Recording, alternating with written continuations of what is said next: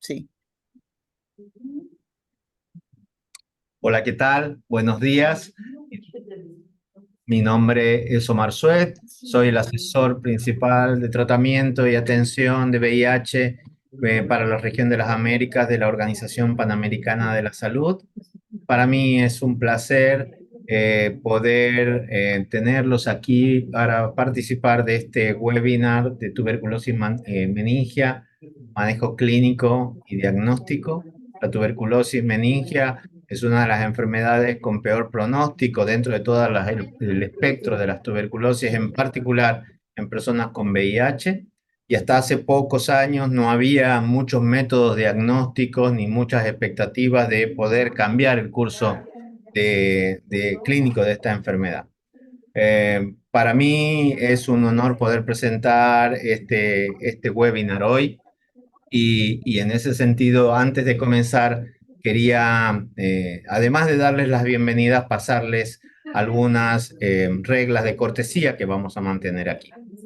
En primer lugar, esta presentación va a estar grabada y va a ser asimismo como las diapositivas van a estar disponibles en la página web de la Organización Panamericana de la Salud en www.pajo.org en la sección de VIH. Eh, Van a poder o disponen en este momento de traducción simultánea al inglés. Pueden ver abajo en la línea el símbolo del mundo, donde van a poder hacer clic y elegir la presentación, ya sea en inglés o en español. También vamos a pedirles que envíen cualquier comentario o pregunta a través de la sección de QA, que traten de limitar y de no utilizar la sección de chat solo para dar bienvenidas o para dar saludos, porque no vamos a tener la posibilidad de estar monitoreando el chat en forma permanente, pero sí vamos a revisar las preguntas que puedan enviar a través de la sección de Q&A. Con estas palabras o con estos comentarios de bienvenida, primero quisiera agradecer de sobremanera al Ministerio de Salud del Ecuador, al Programa Nacional de SIDA de Ecuador, quien inicialmente formuló la solicitud de generar un webinario, a María Gabriela Yerovi de la oficina de la OPS en Ecuador y a toda la oficina o a toda la gente que trabaja en la oficina allí. También darle el agradecimiento al personal de comunicaciones, tanto de la sede como de la oficina de OPS, a todo el equipo de HIV, de la Organización Panamericana de la Salud y a las intérpretes que están con nosotros. Para agradecer a los presentadores de hoy, le voy a pasar la palabra entonces a María Gabriela Yerovi de la Oficina Panamericana de la Salud en Ecuador, quien va a dar la bienvenida a nuestro ponente. Muchísimas gracias. Muchas gracias, doctor Suet. Para mí es un gusto estar esta mañana con todos ustedes. Yo soy Gabriela Yerovi, soy de Ecuador y estamos aquí reunidos para conversar sobre las personas que viven con VIH y la TB meningia. Agradecer también a usted, a su equipo, doctor, a la oficina regional y a la oficina de acá del Ecuador por permitirnos esta posibilidad de tener este webinario con todos los países. Y igualmente quisiera también agradecer al ministerio y a todos los compañeros que trabajan en contra del VIH. Entonces vamos a presentar, primeramente también agradecer a los señores doctores, profesores ponentes, el doctor Robert Wilkinson y el doctor José Ernesto Vidal Bermúdez. El doctor Robert Wilkinson, el profesor, es el profesor de enfermedades infecciosas del Imperial College de Londres y médico consultor honorario del Imperial College NHS Trust, es decir, del Fideicomiso del Servicio Nacional de Salud.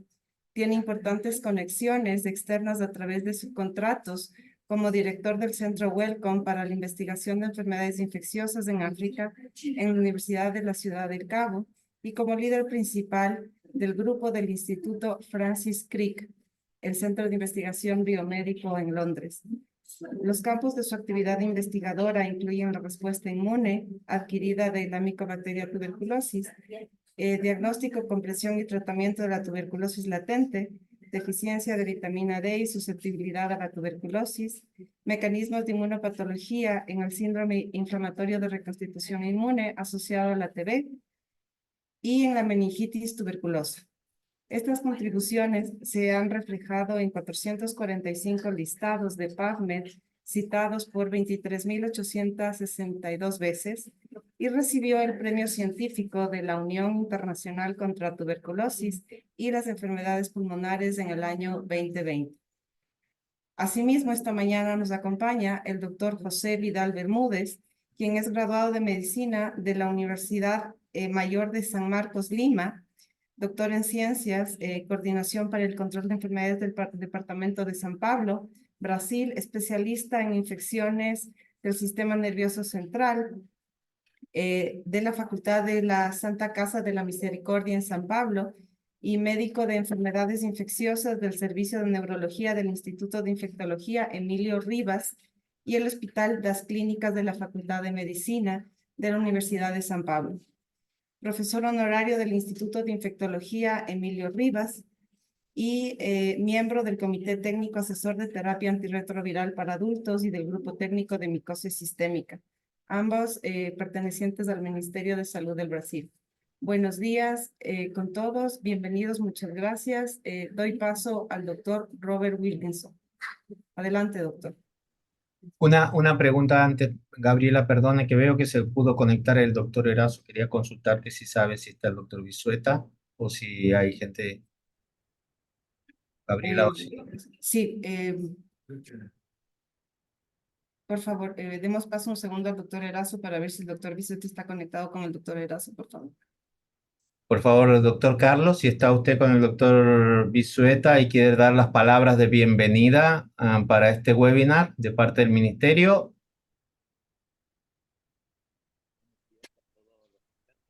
Adelante. No lo escuchamos, doctor. ¿Aló?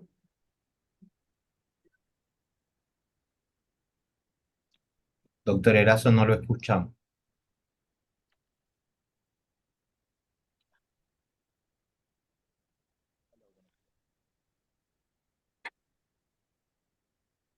Doctor Erazo, si no podemos continuar entonces. Gabriela, ¿te parece? Sí, doctor, adelante, continuemos, por favor. Entonces le pedimos disculpas, doctor Erazo, veremos si después de las presentaciones podemos conectar. Nos pasamos entonces, por favor, Julia, con la primera presentación. David, perdón. Hola, buenos días. Ah, sí, perdone, acá está. Carlos, adelante. Buenos días con todos los presentes. Al momento el doctor Bisueta no se encuentra conectado. El doctor se encuentra en actividades de territorio, pero en nombre del Ministerio de Salud les damos un cordial agradecimiento a todos los presentes y a la vez felicitamos a la presencia de los ponentes. Muchas gracias. Agradecemos mucho, doctor Erazo, por su palabra de bienvenida. Y entonces, Juan David, te pedimos entonces si podemos comenzar con la primera presentación del doctor Wilkinson. Adelante. Good morning. I'm very pleased Omar has asked me to give this talk to your meeting this morning. I've never been to Ecuador, but maybe perhaps in a few years I might manage to make it there in person. I've chosen to record this talk to reduce the chances of mishaps, but I will be available for questions and answers at the end of the talk. For those of you who don't know me, my name's Robert Wilkinson.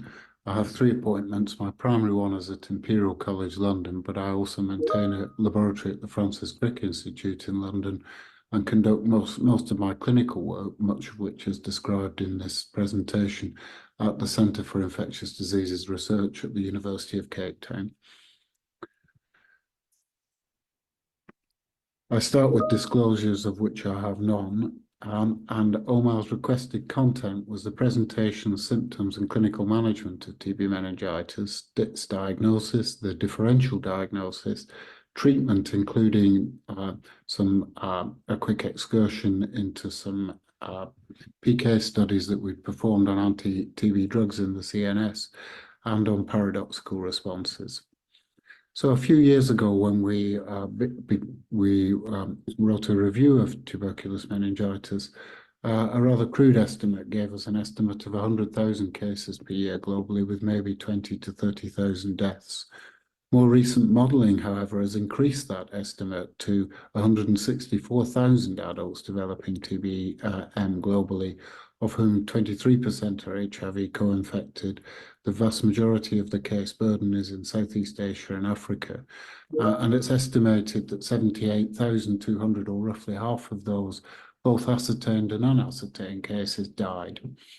In terms of treatment, a recent systematic meta-analysis has estimated the 6-month mortality at 24%, with very wide variation between studies, higher in sub-Saharan Africa, which is consistent with much TB meningitis being HIV-associated in Africa, and HIV-associated TB meningitis has an in-treatment mortality of 57%, as opposed to 16% in HIV uninfected patients. A widely unappreciated fact as well is that of those who do survive, disability occurs in 32% of survivors.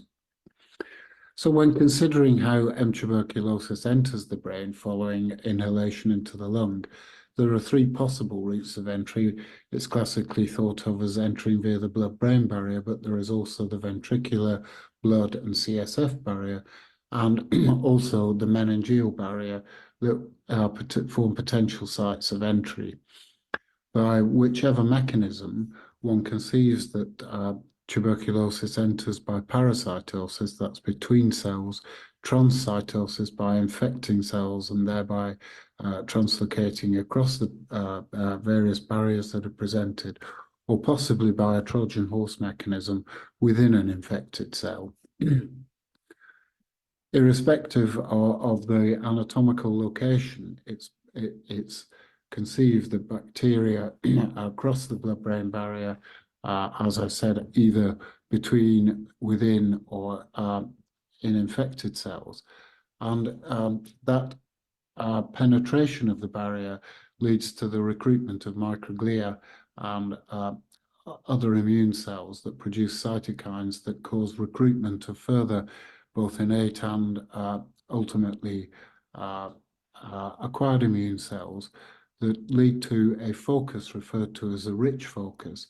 And it's conceived that if that rich focus develops and ruptures, that leads to widespread infection of both the meninges and potentially the brain parenchyma. So just to give you an idea of what that looks like, at least macroscopically, I'm going to show you 2 endoscopic third ventriculostomies. In the left-hand panel, done for the purposes of obstruction, and so that's going to demonstrate normal architecture.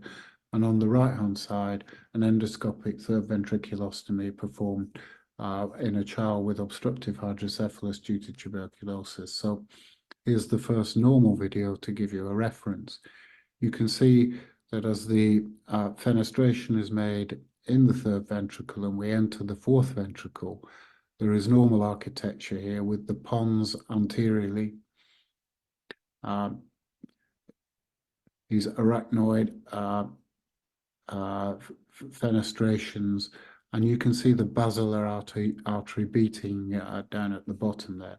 So turning now to the case of tuberculous meningitis, the endoscopist has some difficulty fenestrating the floor of the third ventricle because the floor is thickened with a tuberculous exudate, and you can see that the pulsation of the basilar artery is no longer evident as well.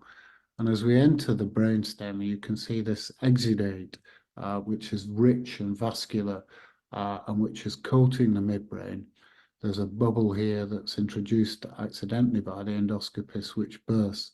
And then going down into the midbrain, you can see a tubercle here, very clearly thickened arachnoid membranes, a tubercle down here on the posterior wall of the pons. And so it's this extraordinary florid inflammation at the base of the brain that is the hallmark of this disease.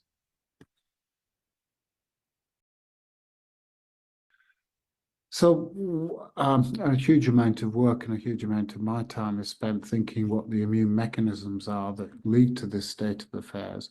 And broadly speaking, translocation of infection across the blood-brain or blood-meningeal barrier leads to the recruitment of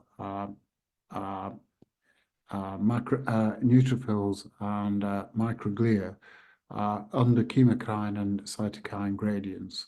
Some of those cytokines but that are particularly prominent in the pathogenesis of TB meningitis include neutrophil chemoattractants, as well as matrix metalloproteinases, which probably contribute to some of the damage that's observed.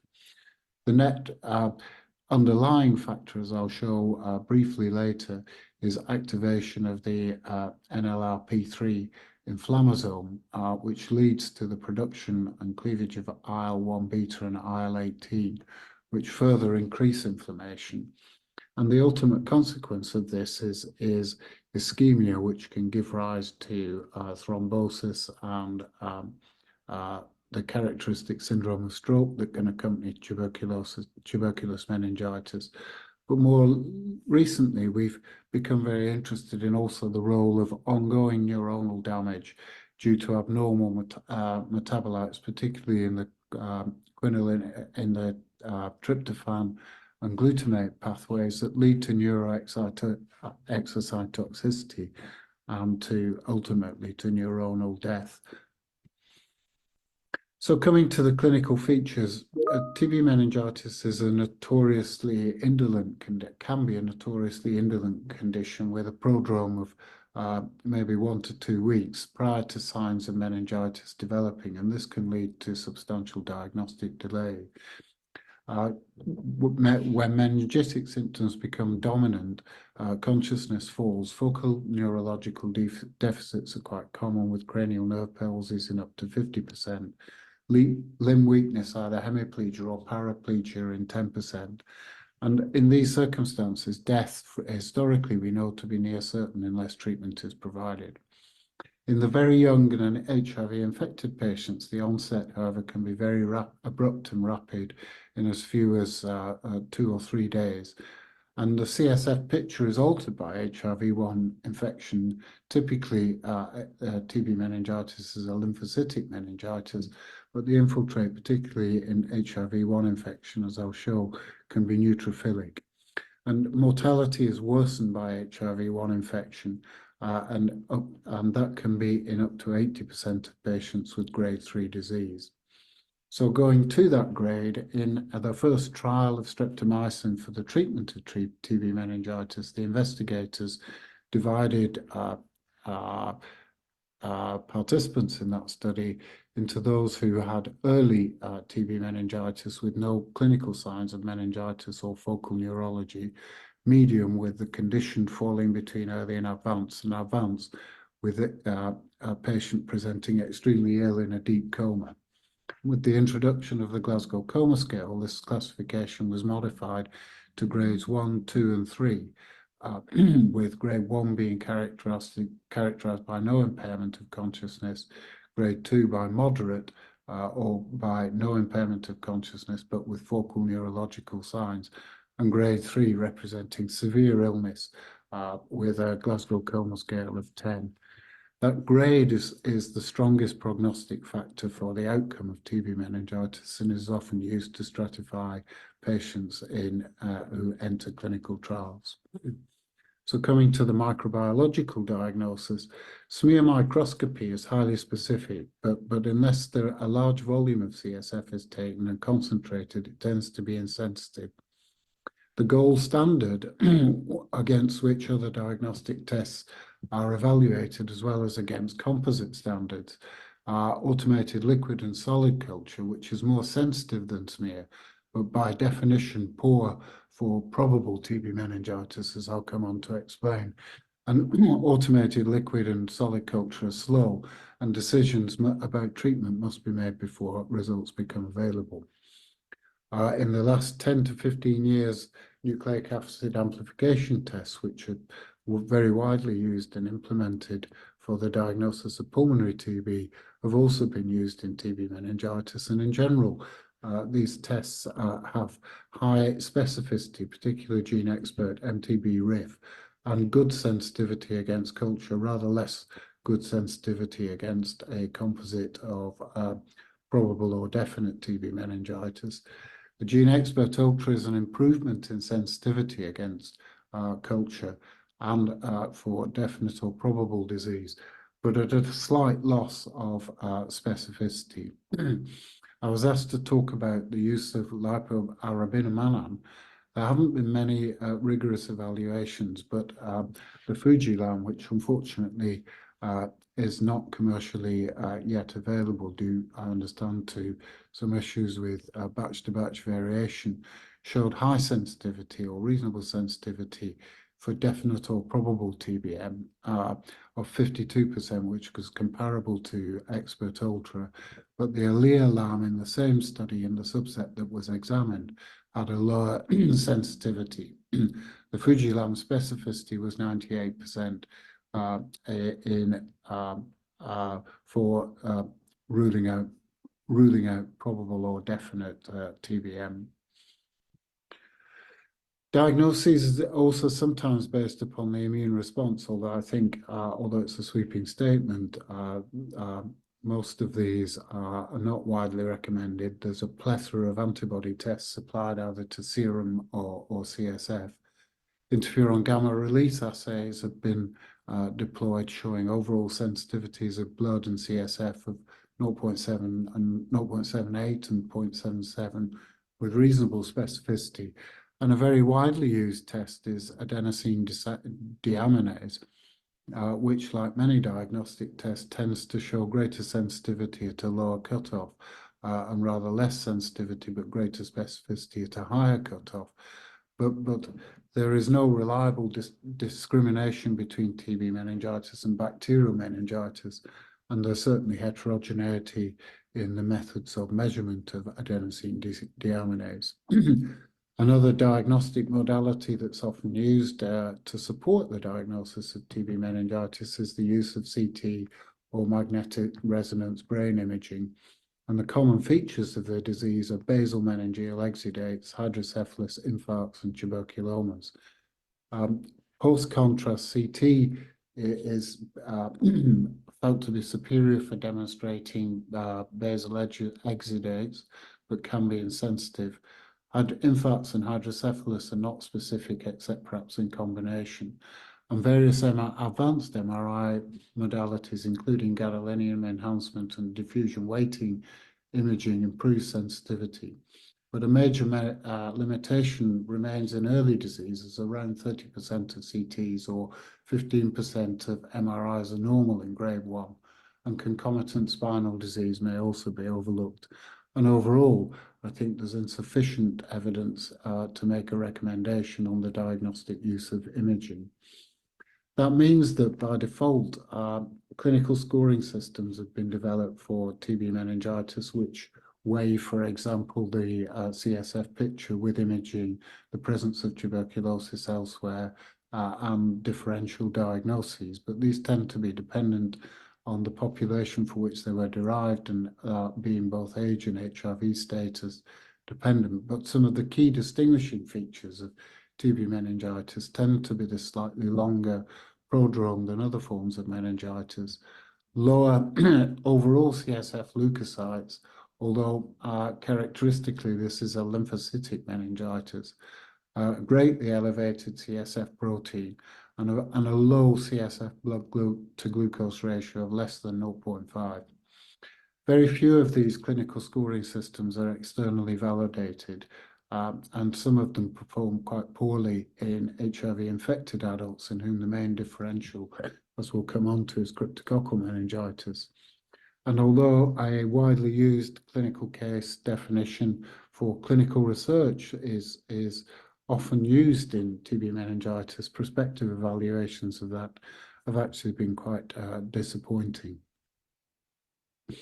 So coming on to important differential diagnoses, I've restricted differential diagnoses to those that would predicate specific management. The most important differential diagnosis, certainly in the environment in which I work in Africa, is of cryptococcal meningitis. And now several point-of-care serum or CSF cryptococcal antigen tests give very accurate information, and we use them as a default investigation before entering any patient into a clinical trial of TB meningitis treatment, because positivity has a high predictive value of the necessity to treat for cryptococcal disease. The more acute forms of bacterial meningitis include those caused by Neisseria, Streptococcus, Haemophilus, Treponema pallidum, which often overlaps with TB meningitis in our environment, and Listeria monocytogenes. And history, CSF examination, CSF culture in particular, serology and antigen detection can be helpful here. The most important protozoal differential diagnosis, which can be very difficult to tell apart radiographically from TB meningitis, is toxoplasmosis. But again, state of the art will be detection of Toxoplasma CSF DNA. The serology can assist in diagnosis, and also ultimately the treatment response. And of viruses, the viral causes of meningitis, those that are important because there are specific treatments include herpes simplex, varicella zoster, and cytomegalovirus. So the management of TB meningitis is based upon the treatment of pulmonary disease, although conventionally the consolidation phase is extended to 8 to 10 months. But it consists of rifampicin at 10 milligrams per kilogram, isoniazid 5 milligrams per kilogram, pyrazinamide, and ethambutol for 2 months. The problem with this, is, as I've said, is that this regimen, although effective in many cases, is based upon the treatment of pulmonary tuberculosis and overlooks the fact that rifampicin does not penetrate the CNS well, and I'll show data on that later. Although, and perhaps interestingly, therefore, a lot of emphasis has been put on clinical trials, both completed and ongoing, on the use of higher doses of rifampicin, and there was encouragement in 2013 when this study from Indonesia demonstrated that 600 milligrams of IV RIF, as opposed to 450 milligrams of oral rifampicin, halved mortality, but an increased dose of rifampicin to 15 milligrams per kilogram orally with the addition of levofloxacin showed no evidence of increased efficacy in a very large trial in Vietnam. And so the jury at the moment, although it might seem intuitive that rifampicin should be increased in dose, is out. And there are several ongoing clinical trials of increased rifampicin, isoniazid, and linezolid. So coming on to antimicrobial therapy, isoniazid, particularly in children, is typically increased in dose to 10 milligrams per kilogram. Pyrazinamide, again, used at the limits of dose tolerability. Ethambutol actually poorly penetrates the CNS with levels less than 20% of those achieved in plasma. And the rationale for its continued use in TB meningitis is perhaps questionable. I've mentioned that streptomycin was one of the original treatments for TB meningitis, but again, the penetration of streptomycin into CSF and into brain tends to decrease after inflammation subsides, and of course one has to deal with the problem of streptomycin's substantial ototoxicity. Ethionamide is used in particularly by pediatricians in South Africa because it penetrates the CSF well, and it, as I've said, therefore is used in some centres. And I already alluded, quinolones enter the CSF well, and in the case of iron H monoresistance, increased survival. That was a sub-analysis of the trial by Heemskerk that I've showed here. Antimicrobial therapy of drug-resistant TBM is a very under-researched area. There are no clinical trials. What we do know is that RIF-resistant MDR and XDR TBM have a very poor prognosis. But of course, recent advances in the treatment of drug-resistant tuberculosis give us grounds for considerable optimism. And my recommendation and our practice now in this domain will be to give a combination of bedaquiline, patomidine, linezolid, and a fluoroquinolone, and that's based on the fact that bedaquiline is highly fat-soluble, although CSF levels tend to be very modest. Pritomanid is efficacious in preclinical models of TB meningitis. Linezolid, as I'll show later in the talk, penetrates the CSF reasonably well. And as I've mentioned, there is prior evidence that fluoroquinolones can compensate INH resistance in TB meningitis. The other component that's believed to be perhaps of equal importance in the treatment of TB meningitis is to reduce the inflammation that I've described is quite profound in this condition. The only drug with, or class of drugs for which there is good evidence is corticosteroids, and a landmark trial published in 2004 showed that these increased survival in patients who are HIV uninfected, although evidence of effect in HIV infected patients was lacking in that trial. And a more recent trial published in the New England Journal of Medicine last year in fact confirmed that result, that the evidence of efficacy in HIV infected patients is fairly low. Corticosteroids reduce mortality, however, in HIV uninfected patients, but do not reduce long-term disability. 3 clinical trials of aspirin are suggestive that aspirin could reduce strokes, but although not mortality when added to steroids. Thalidomide showed initial promise, but was not supported by an RCT of a rather higher dose of thalidomide, which had to be stopped because there was an excess of drug reactions and mortality in the intervention arm. And there are multiple case reports and one substantial case series now that appears to indicate that infliximab or anti-TNF inhibitors appear beneficial in paradoxical reaction, and that may warrant a prospective trial of this form of therapy in TB meningitis itself, although the reservation is that, of course, TNF inhibition leads to the reactivation of TB, and the half-life, for example, of infliximab is very long, and so one wants to be absolutely sure that antimicrobial therapy is optimal before introducing these reagents. Antiretrovirals are important in increasing the survival of HIV-infected patients with tuberculosis, but in the case of TB meningitis, the timing is important. A single trial of high quality showed that there was an increase in adverse events in those prescribed immediate rather than deferred antiretrovirals in TB meningitis, and practice recommendations now are to defer the introduction of antiretrovirals in HIV-infected patients to 4 to 6 weeks.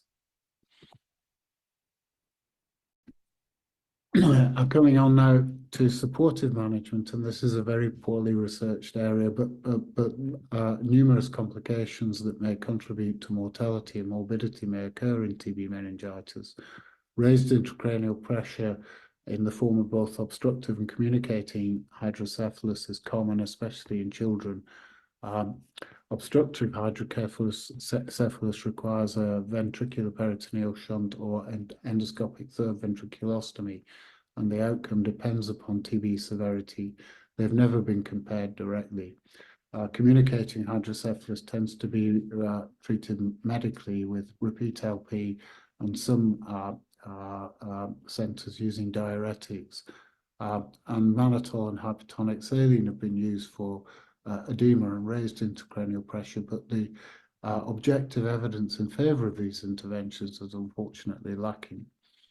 Ischemia commonly leads to infarction, and therefore it makes sense to ensure hydration and oxygenation, and perhaps a role for invasive monitoring of cerebral oxygenation. Seizures are common in TB meningitis, although their relationship to outcome is unknown, and there's no systematic evidence in favor of their preventive use, and drug interactions with rifampicin can also restrict the choice of anticonvulsants. Hyponatremia is a very common accompaniment of TB meningitis, and in fact, in several studies have been shown to be a poor prognostic factor. There's debate within the community of the extent to which this is due to syndrome of inappropriate ADH production or cerebral salt wasting, and the consequence of which, particularly when considering the treatment of ischemia and overall hydration, is that fluid restriction can be harmful, although it's routinely used in the case of suspected syndrome of inappropriate ADH.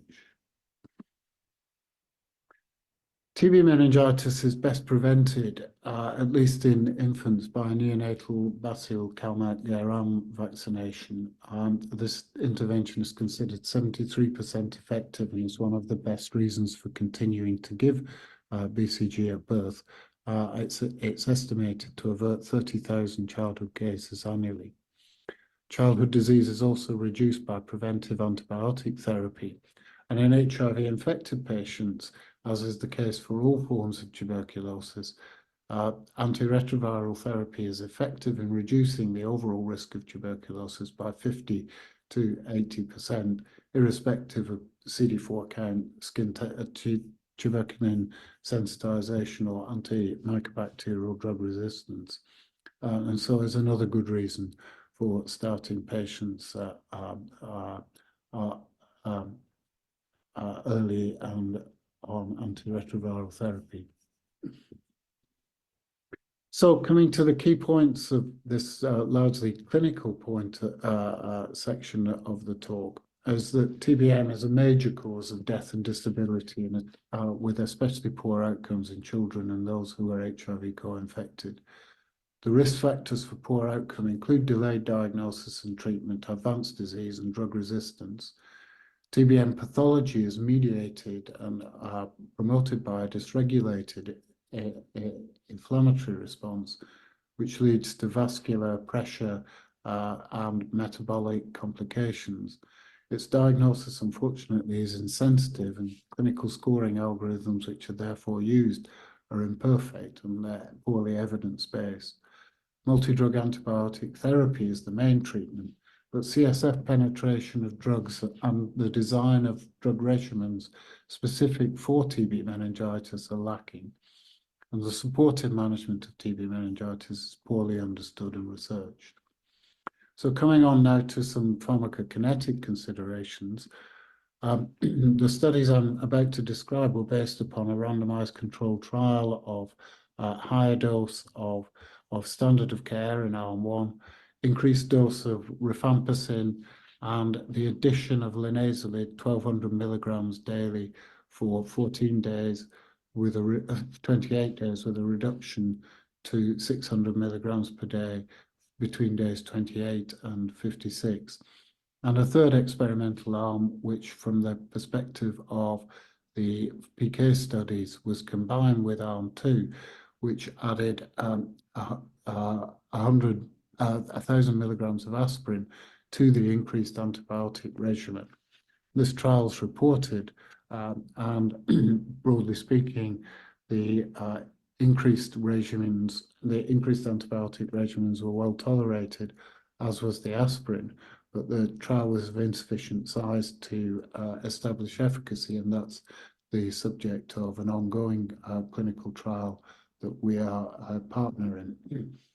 For the purposes of the PK study, though, this sample size was highly adequate, and we took CSF samples on day 3, the timing of which was randomized to intervals of 1 to 3, 3 to 6, 6 to 10, and 24 hours post-dose, so that we could calculate exposures following the dose. and a further CSF sample at day 28.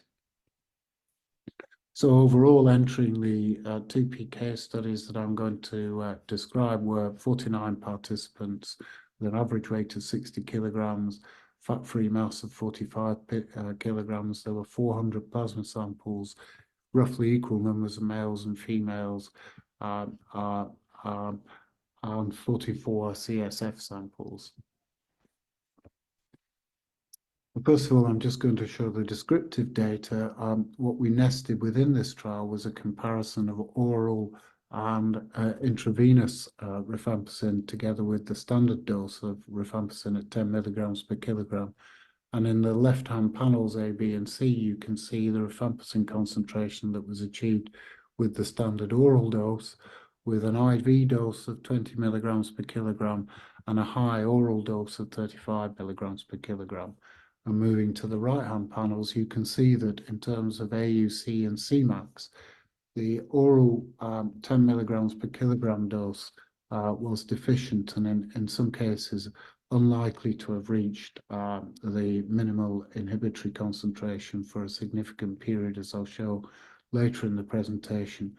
The oral 35 milligram per kilogram dose was substantially superior in that respect and equivalent to 20 milligrams per kilogram of intravenous rifampicin, and this was in relatively unwell, profoundly immunosuppressed HIV-infected patients. And so we concluded from this that there is no need to resort to intravenous rifampicin as the oral dose, albeit giving rise to somewhat more variable exposures, is equivalent to the IV regimen. The same data were modelled by the pharmacokinetic collaborators at the University of Cape Town, who concluded that the RIF pharmacokinetics was in the CSF was best described by a two-compartment disposition with a liver compartment, absorption delay with transit compartments, hepatic excretion, and saturable elimination described by the Michaelis-Menten equation.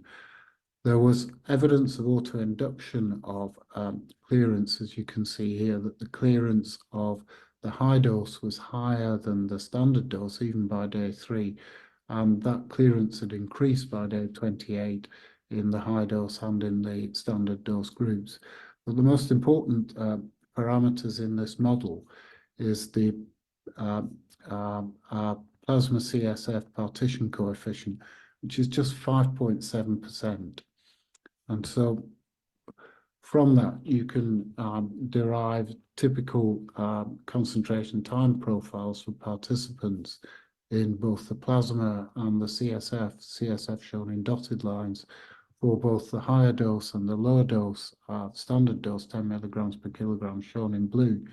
And as you can see that in the case of the CSF level of the standard dose of rifampicin, that more often than not is predicted not to reach the MIC 90 of 0.25 milligrams per litre because of this poor penetration of the CSF, just 5.7%. The second study that we performed on the same samples is of linezolid in the CSF and peripheral blood. 30 samples underwent PK sampling on day 3, which was a dose of linezolid 1200 milligrams, and 18 had PK sampling on day 28 to give a total of 247 plasma and 28 CSF concentrations for the model. Again, as in the rifampicin study, the timing of the CSF sample post-dose was randomized. And what the model predicted and the data observed is that partitioning between plasma and CSF, in fact, was related to total protein up to 1.2 grams per litre, where the partition coefficient reached a maximum value of about 37%, as you can see on this lower panel. And the estimated equilibration time between the plasma and CSF was 3.5 hours.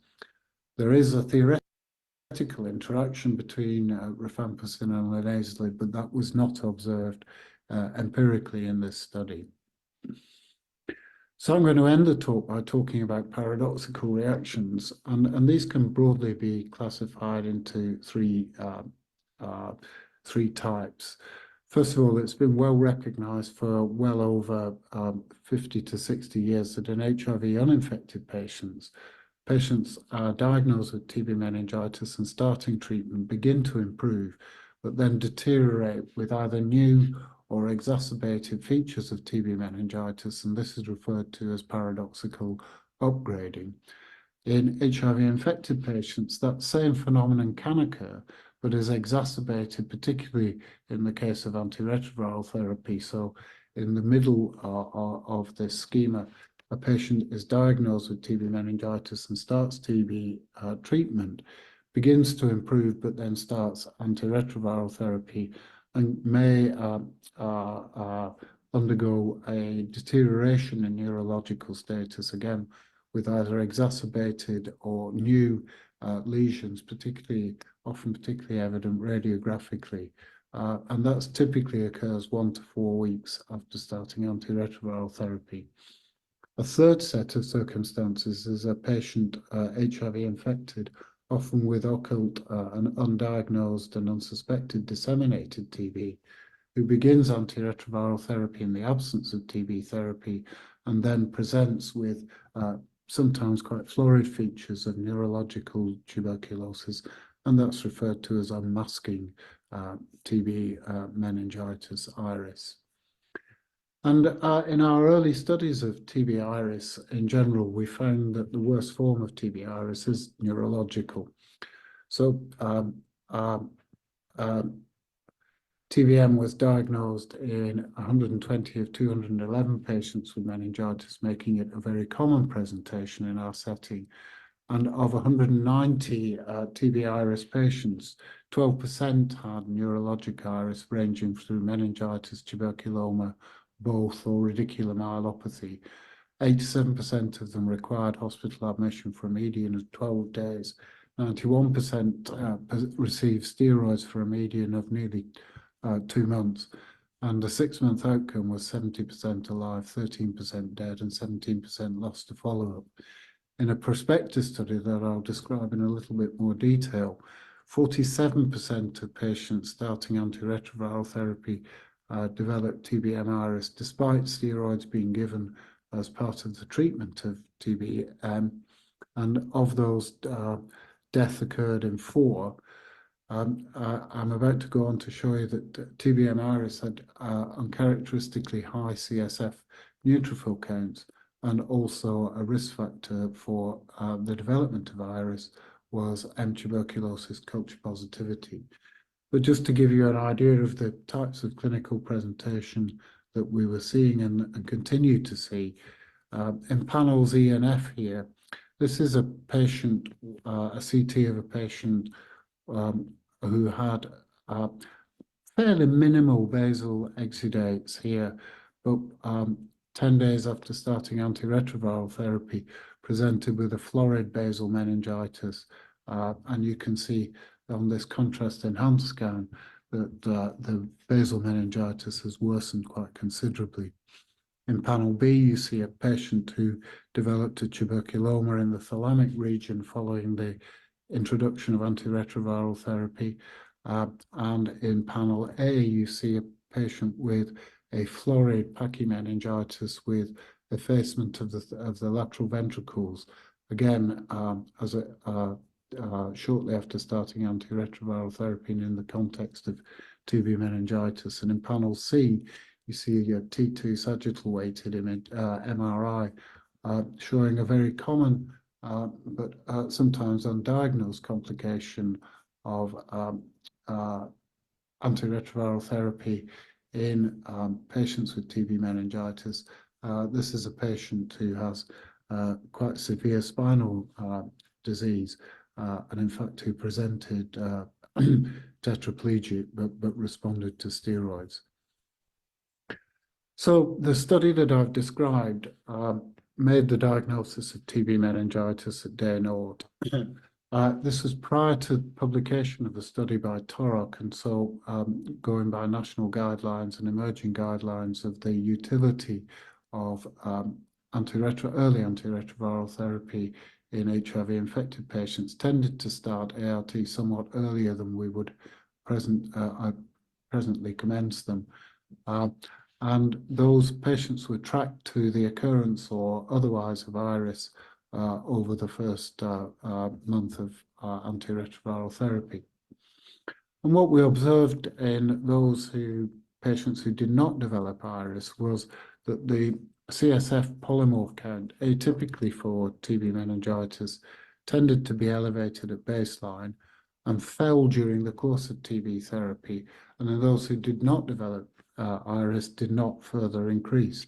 But a highly characteristic feature of those who did develop iris was a fall in CSF neutrophil count, followed by a rebound at the time of occurrence of iris, and this was unexpected and points potentially to one of the underlying contributors to this condition. The other feature that contributed to and was a risk factor for the development of iris was culture positivity. And these diagrams show the patients divided into those who were culture negative or culture positive, culture negative being shown in grey. Amongst those who developed iris, 15 out of 16 were culture positive at baseline, and 7 of them remained culture positive at the start of ART. Whereas in those who did not develop iris, the occurrence of culture positivity at baseline was much lower, and none who had cleared their CSF developed TBM iris. And so one can conclude from this data that antigen load is clearly a risk factor for the development of TB meningitis iris. This is a supervised cluster-gram of protein mediators associated with the development of TBM iris. The iris patients in the key are shown in red, and the culture status, black being positive and green being negative, is also shown in the legend. And what you can see is in the group who developed iris or who were culture positive, characteristic elevation of mediators, many of which are involved in neutrophil recruitment, MMP7, MMP3, and MMP9 I've already mentioned, being implicated potentially in tissue damage, CXCL10, S100A, A8 and A9, and lipocalin-2 and GCSF, and CXCL8, all highly implicated in neutrophil recruitment. And so we went on in greater detail, at least in the blood, to examine the changes that occurred in the peripheral transcriptome in those who did and did not in the supervised analysis on the left, with the iris patients in red and the non-iris patients in blue. Canonical pathways analysis of the pathways involved in TBM iris gave us strong hits on inflammasome activation, the role of pattern recognition receptors, the role of IL-6 signaling and toll-like receptor signaling. And that's reflected in elevation in the CSF of caspase-1, which is inflammasome associated, but not of the cancer-associated caspase-3. And again, this is RT-PCR of various mediators associated with inflammasome activation, with the higher threshold cycle indicating an increased level of the transcript in those shown in red. And as you can see, the transcripts for TLR2, TLR5, inflammasome, both AM2 and NLRC4, GBP1, GBP5, caspase-1, caspase-4, and IL-1 beta were all increased.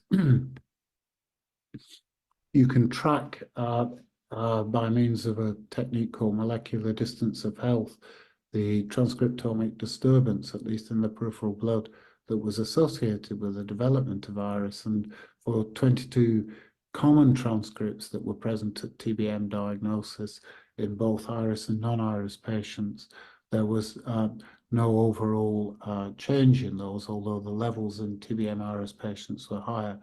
But in 21 inflammasome-associated transcripts, there was a clear increase between diagnosis and 2 weeks, and that persisted 2 weeks post treatment with ART. So the conclusions of the second part of this talk is that combined life-saving therapy for HIV-TB is frequently complicated by an iatrogenic condition, TB-IRIS. The cause of TB-IRIS and TB-MRS appears to be a change in the innate recognition of a pre-existing pathogen, though with downstream adverse inflammatory consequences. The intense inflammation of TB-MRS is antigen load-driven, associated with inflammasome activation, neutrophil infiltration, and elevation of MMP9. And the translational consequences of this is obviously, first of all, it makes sense to decrease the antimicrobial load within the CSF, and that's why we devote a lot of attention to the derivation of regimes that more effectively reduce bacillary load in the CSF and in the brain. And it also leads to potentially more rational, effective, and safe host-directed therapy of inflammation in TB, including compounds that are either under trial or under consideration for trial, such as aspirin, PDE4 inhibitors, infliximab, which I've mentioned, CCR5 antagonists, tocilizumab, and inflammasome IL-1 blockade.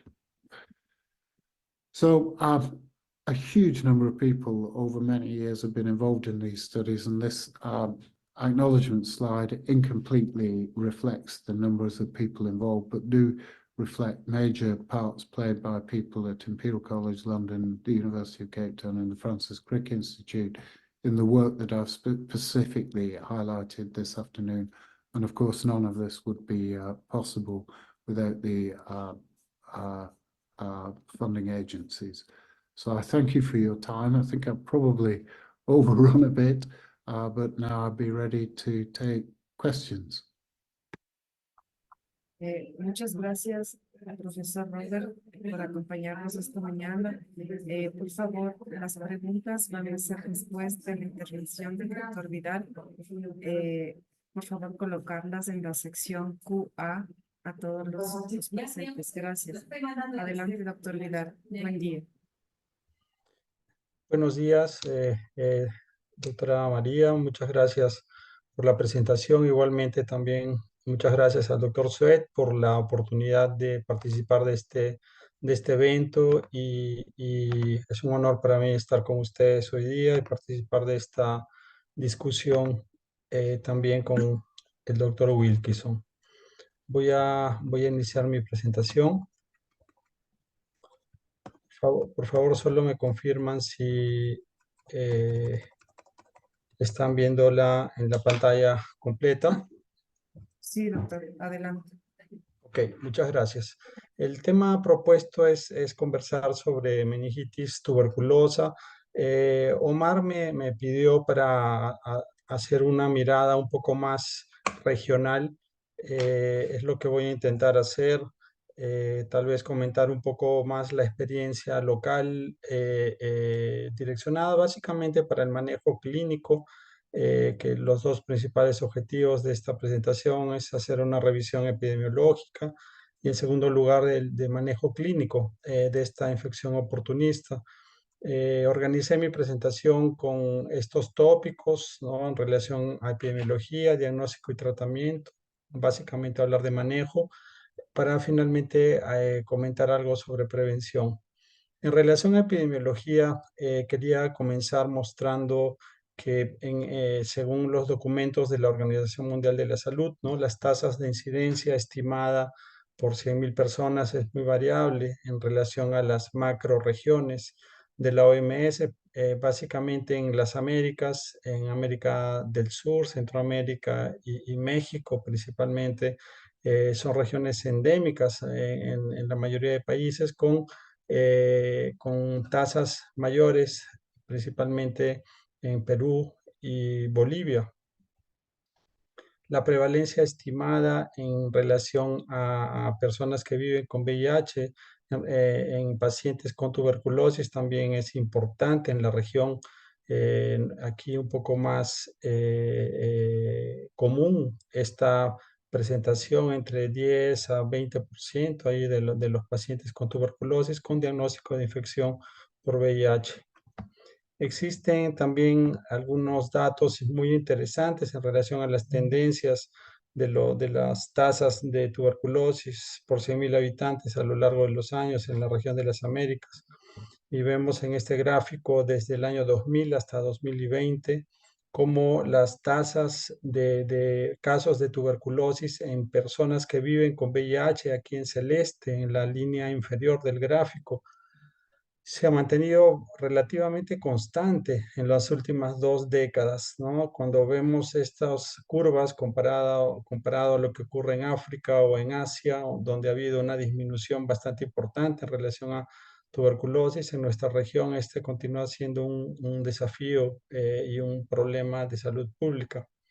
En relación a las notificaciones, también aquí en este gráfico de la OMS, en azul serían los estimados y en negro las notificaciones. Vemos que todavía aquí hay una distancia entre lo que se notifica y de hecho en relación al estimado, ¿no? Indicando también algunas vulnerabilidades en relación a los programas de vigilancia epidemiológica en nuestra región. Cuando vemos algunas informaciones de la OMS en relación a las listas, ¿no? de estos 3 problemas que podrían ser solamente tuberculosis, tuberculosis coinfección con VIH y tuberculosis multidrogo resistente, la OMS coloca cuáles son los países de mayor destaque en relación a estos 3 grupos, ¿no? Y de hecho que llama mucho la atención en relación a tuberculosis y VIH, Brasil como uno de los países con mayor carga de coinfección y Perú en relación a los países con mayor carga de tuberculosis MDR. Esto no significa que la tuberculosis no sea un problema en la región, ¿no? Y que cada país tenga sus propios indicadores y sus propios bolsones epidemiológicos con toda la disparidad socioeconómica que existe en América Latina. Dentro de estas listas, ¿no? Nuevamente el tema de existir países con mayor prevalencia no significa que esto no sea un problema en países que no clasifican dentro de los más prevalentes, pero que dentro de cada realidad de cada país esto acaba teniendo una importancia local, ¿no? El doctor Wilkinson presentó también este trabajo que es de Dodd, publicado en 2021, que probablemente sea el estudio más importante en relación a epidemiología de la meningitis tuberculosa en adultos. Son datos de vigilancia epidemiológica de 5 países, ¿no? Incluyendo Brasil.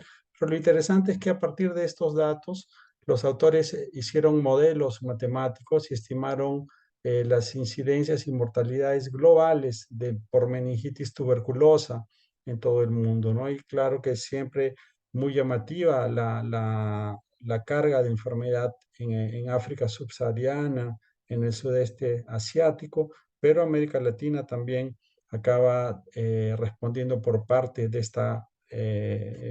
este volumen de enfermedad. En la región de las Américas, a partir de ese estudio, ¿no? Se estima que aproximadamente el 3% del número total de casos de meningitis tuberculosa ocurran en nuestra región. Esto en personas que no tienen VIH en torno del 3% y en personas con VIH próximos del 4%, ¿no? Entonces, si vemos proporcionalmente el número de casos es pequeño si comparamos el número absoluto de meningitis tuberculosa en el mundo, principalmente si tenemos focos epidemiológicos tan importantes como África y Sudeste Asiático, pero esto acaba representando un número muy importante de carga de enfermedad. Son más de 5.000 casos en la región de las Américas eso calculado para el año de 2019 en esta proyección. Y vean cómo es preocupante los datos disponibles, porque aproximadamente de ese universo de casos de meningitis tuberculosa estimados en nuestra región, se estiman que apenas 83% de ellos fueron diagnosticados y tratados, ¿no? Significa que hay un 23%, un 17% de pacientes con meningitis tuberculosa que o no fueron diagnosticados y por tanto no fueron tratados, ¿no? Entonces, un desafío importante desde el punto de vista epidemiológico.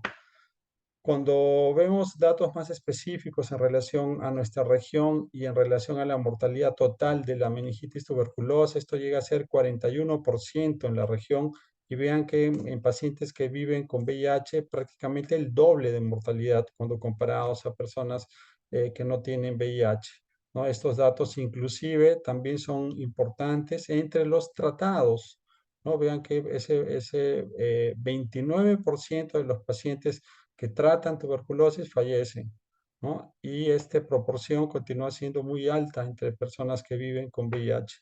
Esto nuevamente llamando la atención sobre la gravedad de esta enfermedad en nuestra región. En Brasil representan, cuando en ese trabajo se observó, ¿no? El porcentaje que meningitis tuberculosa representa del total de casos de tuberculosis, ¿no? En el caso específico de Brasil, se reporta que aproximadamente 1% de los pacientes que la meningitis tuberculosa no representa 1% del total de casos de tuberculosis en la región. Estos datos tienen que ser analizados localmente, tienen que ser analizados desde varias perspectivas. Aquí apenas un dato local en San Paulo, que existe un sistema de vigilancia informatizado, ¿no? En relación a casos notificados de tuberculosis entre 2010 y 2022. Se notificaron más de 228,000 casos de tuberculosis. La proporción de casos de meningitis tuberculosa fue 1,3%. Y si miramos la proporción de casos de meningitis tuberculosa entre las personas que viven con VIH, esa proporción llega a casi 7%, ¿no? Entonces vean que esto pasa a ser un problema en países endémicos para tuberculosis, y definitivamente la población que vive con VIH pasa a ser más vulnerable. Y es muy importante llamar la atención para el subdiagnóstico. Vean este trabajo realizado por investigadores hindúes. Hizo una revisión sistemática y metaanálisis de 36 estudios con más de 3,000 autopsias en países, ¿no? de bajos y medios recursos, identificando que en el 39, casi 40% de las necropsias realizadas hubo diagnóstico de tuberculosis, y la tuberculosis en adultos fue diseminada en casi 90% de los casos, ¿no? La tuberculosis fue causa de muerte en casi 40% de las personas que viven con VIH. Y la tuberculosis, en dato tal vez el más alarmante de ese trabajo, que permaneció no diagnosticada antes del óbito en 45% de los casos. Vean que estos obviamente tienen el biais de ser los casos más graves y ser aquellos que fueron para necropsia, pero estamos hablando de prácticamente 4 de cada 10 pacientes que hicieron necropsia no tenían diagnóstico de tuberculosis in vivo, y apenas fue diagnosticado después de las autopsias, ¿no? Mostrando nuevamente los desafíos diagnósticos que tenemos delante de esta enfermedad. La introducción del tratamiento antirretroviral redujo la incidencia de enfermedad tuberculosa, así como otras infecciones oportunistas en nuestro medio. Pero vean qué importante y diferente de lo que ocurre en países occidentales, ¿no? Que la incidencia general de la enfermedad, por ejemplo, en esta cohorte brasilera de Río de Janeiro, disminuyó prácticamente 10 veces, ¿no? La incidencia de infección oportunista después de la introducción del tratamiento antirretroviral. Sin embargo, esa reducción continúa siendo alta en niveles elevados, y es eso lo que justifica el hecho de tener mucha tuberculosis aún hoy, cuando tenemos 90% de los pacientes de un modo general que toman tratamiento antirretroviral con cargas virales indetectables en muchos países, ¿no? pero hay varias formas de mirar este problema.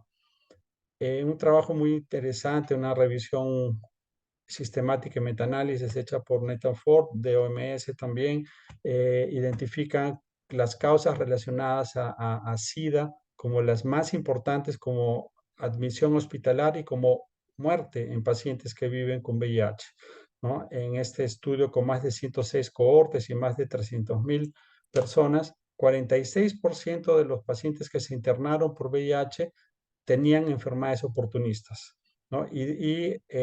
Las enfermedades oportunistas fueron causa de muerte en casi 60% de los pacientes hospitalizados, siendo tuberculosis la más importante de ellas, ¿no? Por tanto, la relevancia que tiene tuberculosis en nuestra región es extremadamente importante, y más aún cuando vemos en ese mismo estudio que la región de las Américas, y aquí en la subregión de América del Sur, la región donde se internan más pacientes por enfermedad neurológica globalmente es justamente esta, ¿no? América del Sur, en 15% de las hospitalizaciones son pacientes con enfermedad neurológica.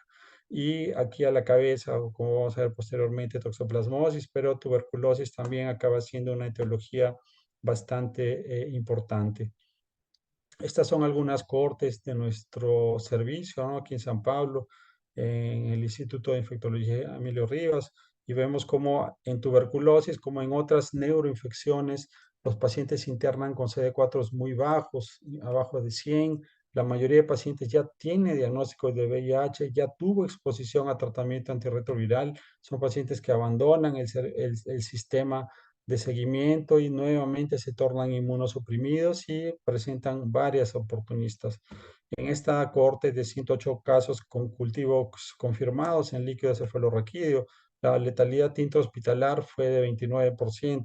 Series más recientes mostramos una letalidad en torno de 20% en servicios terciarios brasileros. Esto acaba siendo también bastante significativo y preocupante, ¿no? 10 años atrás hicimos un estudio en pacientes que internaron por quejas neurológicas. Este fue un estudio observacional prospectivo, y identificamos que las causas más frecuentes de internamiento neurológico fueron primero toxoplasmosis, segundo criptococosis y en tercer lugar meningitis tuberculosa en 12% de los casos. Importante que nuestros pacientes, como en muchas regiones de América Latina, tienen más de una infección neurológica concomitante. 15% de los pacientes que internan por una, en realidad tienen dos enfermedades neurológicas diagnosticadas durante el internamiento, y este es todo un desafío para el diagnóstico y para el tratamiento. La mortalidad en nuestro servicio, 13% de un modo general entre pacientes con enfermedad neurológica oportunista, y el único factor asociado a mortalidad justamente fue tener más de una enfermedad neurológica. Eso multiplicó por 7 la probabilidad de una persona fallecer justamente por la gravedad y la complejidad a veces diagnóstica de estos casos, ¿no? 2 años atrás reproducimos un estudio clínico similar con pacientes internados por enfermedad neurológica, casos consecutivos también, fueron 105 pacientes. El perfil epidemiológico es muy similar al de siempre, porque estos son pacientes que están fuera del sistema de salud ideal, ¿no? Son pacientes que tienen CD4 muy bajos, que ya tomaron tratamiento antirretroviral, que tienen mucho tiempo de infección por VIH. Pero vean la lista larga de diagnósticos neurológicos durante el internamiento, ¿no? Las tres más frecuentes, toxoplasma, criptococosis y meningitis tuberculosa en 8% de ellos.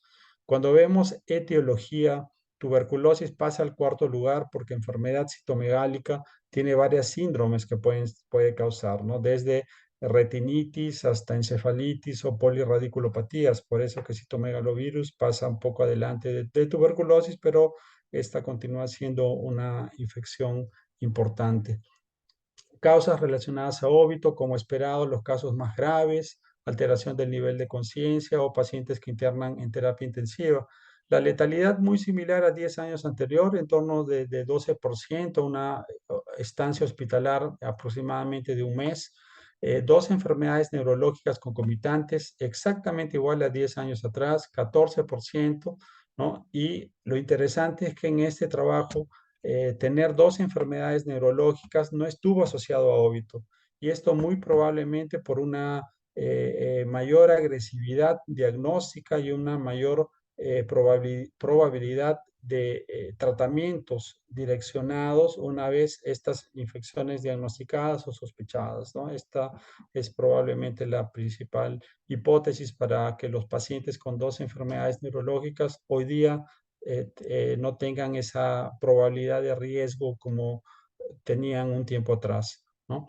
Y continuamos viendo enfermedades oportunistas porque el diagnóstico tardío de la infección por VIH continúa siendo una realidad en una proporción de pacientes.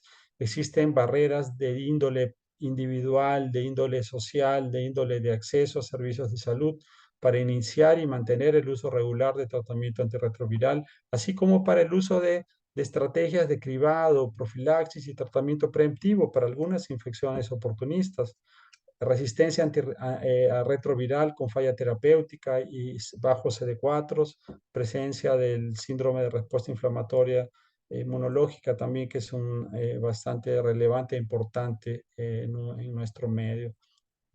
En relación a diagnóstico, que es el otro aspecto importante que quería abordar en esta presentación, parte de la definición que inclusive la OMS ha llamado la atención para dar una relevancia al abordaje sindrómico de las infecciones oportunistas, porque este abordaje clínico permite direccionar los diagnósticos etiológicos y por ende los tratamientos adecuados, ¿no? Los principales síndromes nosológicos desde el punto de vista de neuroinfectología, ¿no? Desde una meningitis, pasando por la meningoencefalitis, una encefalitis focal o una encefalitis difusa, así como una mielopatía o una polirradiculopatía, son extremadamente importantes para el abordaje inicial del paciente, ¿no? Recordando que pacientes con meningitis e inmunosupresión grave apenas se puede reducir a dolor de cabeza, ¿no? Entonces es muy importante tener ese alto índice de sospecha diagnóstica y para síndromes mínimas, donde obviamente en un paciente con CD4 bajos no voy a esperar tener una rigidez de núcleo importante o tener un cuadro clínico mucho más florido, más exacerbado, ¿no? El curso clínico es fundamental, ¿no? A la meningitis tuberculosa, así como la criptococosis, se presentan básicamente como enfermedades de curso subagudo, más de 5 días hasta un mes. Antes de eso es agudo, después de eso es crónico. Entonces, la mayoría de nuestros pacientes con meningitis tuberculosa tienen cuadros subagudos. No significa que algunos puedan venir con cuadros crónicos o inclusive con cuadros agudos imitando meningitis bacteriana aguda, ¿no? Eso también es otro desafío diagnóstico. En nuestra región, las infecciones bacterianas, la meningitis bacteriana es relativamente incomún, ¿no? Por tanto, diferente de lo que ocurre en África, este acaba siendo un problema menos relevante en adultos con infección por VIH, pero de todas formas los diagnósticos diferenciales tienen que ser contemplados, ¿no? Y cuando vemos la historia natural de la infección por VIH y el continuum de disminución de CD4 desde la infección primaria hasta la infección avanzada, ¿no? El destaque principal ha sido siempre para las infecciones oportunistas con CD4 abajo de 200, pero tuberculosis es diferente, ¿no? Esta es una infección endémica que ya puede ser una infección que se presenta en pacientes con CD4 abajo de 200, pero también un paciente con CD4 de 300, 500 puede tener también meningitis tuberculosa y debemos estar atentos a esta presentación también, ¿no? Datos de 4 cohortes brasileras de enfermedades neurológicas en personas que buscaron atendimiento en emergencias coinciden en demostrar que tuberculosis es la tercera neuroinfección en Brasil y probablemente en varios países de la región. Y cuando direccionamos el manejo por síndrome predominante, es muy importante clasificar si estamos delante de un paciente con meningitis o meningoencefalitis o estamos delante de un paciente con encefalopatía encefalitis. Es el primer aspecto en relación a clasificación que es muy importante, ya que en el primer grupo, criptococosis y tuberculosis de lejos serán las causas más prevalentes y eso debe de direccionar el trabajo diagnóstico también y las decisiones terapéuticas. La propuesta que hacemos y que utilizamos en nuestra práctica diaria es de incorporar este manejo sindrómico dentro de nuestra rutina asistencial, donde informaciones prioritarias son el curso clínico, o sea, si estamos delante de un paciente con infección subaguda y el contexto de los hospederos, es un paciente con infección por VIH con inmunodepresión grave, por ejemplo. Eso ya nos define un síndrome, por ejemplo, de una síndrome meningítica subaguda en un paciente con SIDA, ¿no? Eso ya nos direcciona las etiologías más probables y a diseñar cuál va a ser el plan diagnóstico para estos pacientes, los tratamientos etiológicos, decidir el tratamiento empírico, que es también un tema extremadamente importante, que voy a conversar también sobre eso posteriormente, y complementar las conductas, ¿no? Entonces vean que todo tiene que ser hecho de forma bastante resumida y bastante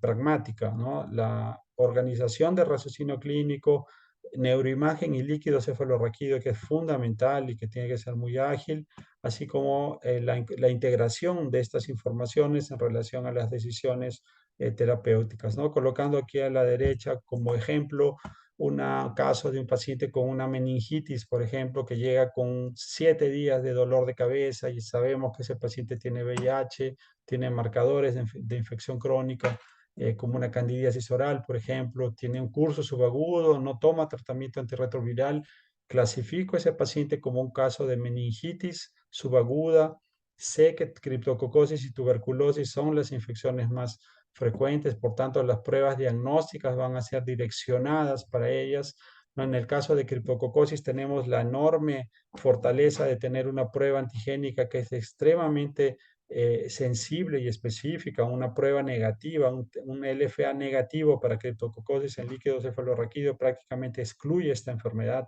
¿no? Y la siguiente de la lista es tuberculosis, ¿no? Por tanto, ese es la decisión clínica que debemos de tomar, ¿no? Tenemos pruebas diagnósticas que pueden soportar el diagnóstico de tuberculosis, pero ninguna de ellas tiene valor predictor negativo suficiente para excluir el diagnóstico. Por eso que la decisión de tratamiento empírico está plenamente contemplada en estas situaciones. Yo les recomiendo que revisen este artículo de Maray ya de 2010, pero probablemente sea el artículo clínico donde mejor se compara la presentación de meningitis tuberculosa en VIH y en pacientes sin VIH, ¿no? Es un estudio bastante interesante y que realmente llama mucho los hallazgos porque son bastante condicentes con lo que se observa en la práctica clínica. Las diferencias entre ambas poblaciones son bastante sutiles y están restringidas a algunas pocas características, como inclusive el doctor Wilkinson mostró anteriormente. Vean que en estos 15 trabajos que usó Marais para hacer esta revisión, 2 de ellos fueron hechos en América Latina, ¿no? Apenas para llamar la atención también de la poca información epidemiológica que tenemos en la región y que es necesario generar información sobre este tipo de enfermedades que al final tienen todo a ver con nuestra rutina, ¿no? Las manifestaciones clínicas usualmente son subagudas, pero una vez más pueden ser agudas o crónicas. La síndrome meningítica o meningoencefalítica es la más importante. Manifestaciones extraneurológicas en la mitad de los casos, muchas veces no llega a 30% en algunas series, ¿no? Pero pueden ayudarnos. No esperar tener síndromes clínicas características, tríades, ¿no? De pares craneanos, de tener rigidez de nuca, de tener hipertensión intracraneana evidente, ¿no? Es suficiente tener síndromes mínimas y estamos hablando de dolor de cabeza como síndrome referencial más importante, ¿no? También esto ya fue mencionado, pero llamar la atención que en cuanto más grave el paciente con meningitis tuberculosa, el pronóstico también va a ser peor, ¿no? Esto es algo esperado y lamentablemente ocurre con alguna frecuencia en nuestro escenario asistencial. ¿no? Un paciente que llega con 3 semanas de síntomas definitivamente va a tener un peor pronóstico que un paciente que llega con 2 días de dolor de cabeza, ¿no? Entonces, el momento que el paciente va a ser admitido y va a ser atendido es fundamental. Tan importante que inclusive en casos oligosintomáticos, a veces esos pacientes son dispensados en emergencias por no tener un cuadro clínico exuberante, apenas un dolor de cabeza de algunos días de evolución, ¿no? Entonces, esto es importante para mantener el índice de sospecha bastante elevado, ¿no? Para desencadenar los procedimientos diagnósticos que son propuestos. Vean que en las formas menos graves de meningitis tuberculosa, ¿no? Porque no hay caso leve de meningitis tuberculosa, en los cuadros iniciales menos graves, el paciente está con Glasgow 15 y puede tener apenas dolor de cabeza. Ese es el momento ideal para tratar a los pacientes. Y vean que estamos hablando ya de una mortalidad de 30%, ¿no? Entonces debemos de mantener ese índice de sospecha clínica bastante elevado. Imágenes nos pueden ayudar, a veces una tomografía con hidrocefalia, hipertensión intracraniana, o ya en la resonancia con una meningitis de base de cráneo, con tuberculomas, pueden llamar la atención, pero todo esto no es condicional para elaborar la hipótesis diagnóstica de meningitis tuberculosa, ¿no? Muchas veces esperamos el cuadro clínico completo con imagen, con líquido cefalorraquídeo compatible. No necesariamente tenemos que tener todos los elementos clínicos, todos los elementos radiológicos, todos los elementos del líquido cefalorraquídeo para pensar sindrómicamente y para avanzar con el diagnóstico y la terapéutica de la meningitis tuberculosa. Las imágenes de tórax pueden ayudar, ¿no? En 30-50% de los casos. A veces tuberculomas pequeños. Lo clásico es tener pequeños tuberculomas con realce nodular, con una diseminación bihemisférica, hematogénica, a veces son lesiones mayores, a veces son realmente tuberculomas gigantes que mejoran con tratamiento clínico, pero esto no es una condición para pensar necesariamente en tuberculosis, ¿no? Cuando vemos la patología de la meningitis tuberculosa en personas con y sin VIH, vemos que aquellos que son inmunocompetentes o que tienen una inmunocompetencia mejor, tienen una reacción inflamatoria más exuberante en la patología. Y eso se va a traducir también en las manifestaciones de líquido cefalorraquídeo, porque vean, la mayoría de pacientes con meningitis tuberculosa y VIH van a tener el líquido cefalorraquídeo similar a un paciente que no tiene VIH, ¿no? Pero algunas características son importantes. Por ejemplo, la ausencia de pleocitosis, ¿no? En países de nuestra región como Brasil y Argentina, en torno de 20% de los pacientes con meningitis tuberculosa confirmada no tienen pleocitosis y esos pacientes tienen una letalidad mayor porque justamente se retarda el diagnóstico, ¿no? Porque tenemos la idea clásica del líquido cefalorraquídeo con centenas de células, ¿no? Pero esto puede ser un marcador de gravedad, no apenas por el diagnóstico, pero también por una respuesta más limitada del hospedero en relación a una respuesta inflamatoria más importante, ¿no? En ese trabajo que revisamos 108 pacientes con cultivo positivo en líquido cefalorraquídeo, con pacientes con VIH, vean que ese líquido cefalorraquídeo del libro, clásicamente que aprendemos en la facultad, ¿no? Pleocitosis linfomonocitaria, proteínas altas, glucosa baja, 64% de los pacientes. Vean que este espectro del líquido cefalorraquídeo es bastante amplio, ¿no? 10% de los pacientes tienen un único parámetro alterado, 20% de los pacientes tienen apenas 2 parámetros alterados. Si el paciente tiene menos de 50 de CD4, estamos hablando de apenas 52% de pacientes con los 3 parámetros bioquímicos alterados. Entonces debemos de tener nuevamente un índice de sospecha muy bajo y una clasificación sindrómica que nos permita avanzar con el plan de trabajo diagnóstico y terapéutico. El diagnóstico molecular ha contribuido bastante, principalmente GenExpert Ultra, ¿no? La sensibilidad en torno de 80%, pero no es un test que excluye enfermedad si él está negativo, ¿no? Entonces es un test que nos ayuda, si hecho en condiciones optimizadas, 5 ml de líquido cefalorraquídeo centrifugado aumenta el rendimiento del GeneSpert Ultra, ¿no? Punciones seriadas, no es ningún pecado hacer 2 o 3 pruebas etiológicas en una primera semana de investigación delante de un paciente con una meningitis oportunista sin diagnóstico. Entonces, estas son estrategias que son importantes. Vean el impacto del tiempo de tratamiento en relación a mortalidad. Ese es un estudio hecho en Perú, donde se identificaron variables asociadas a muerte en pacientes con meningitis tuberculosa.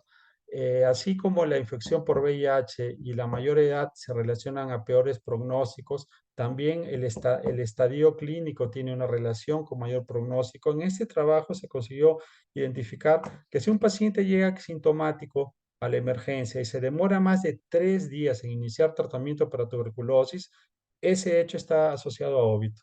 Entonces vean que tenemos que ser ágiles en relación a la clasificación sindrómica, a la exclusión de meningitis criptocócica, ¿no? Y delante de la persistencia de síntomas, ¿no? Desencadenar un tratamiento que muchas veces va a tener que ser empírico en cuanto confirmamos el diagnóstico. Importante siempre mirar para las pruebas de sensibilidad. Un estudio argentino ya mostraba en 2007 que la presencia de multidrogo-resistencia estaba relacionada a peores pronósticos en personas coinfectadas con tuberculosis y VIH.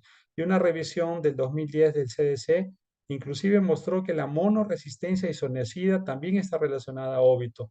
Entonces es muy importante pedir pruebas de susceptibilidad.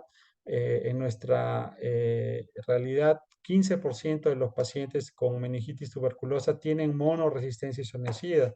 Entonces son casos que tenemos que abordar y adecuar el manejo medicamentoso cuando esto ocurre, ¿no?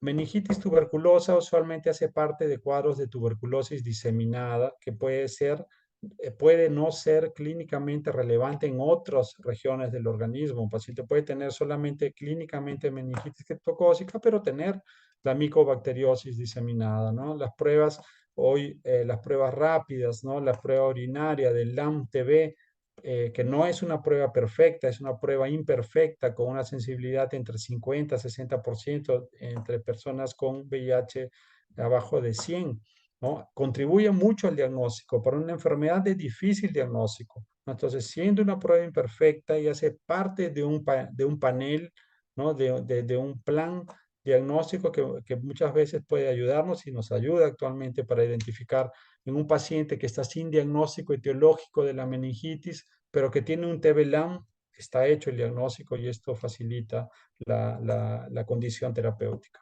¿no?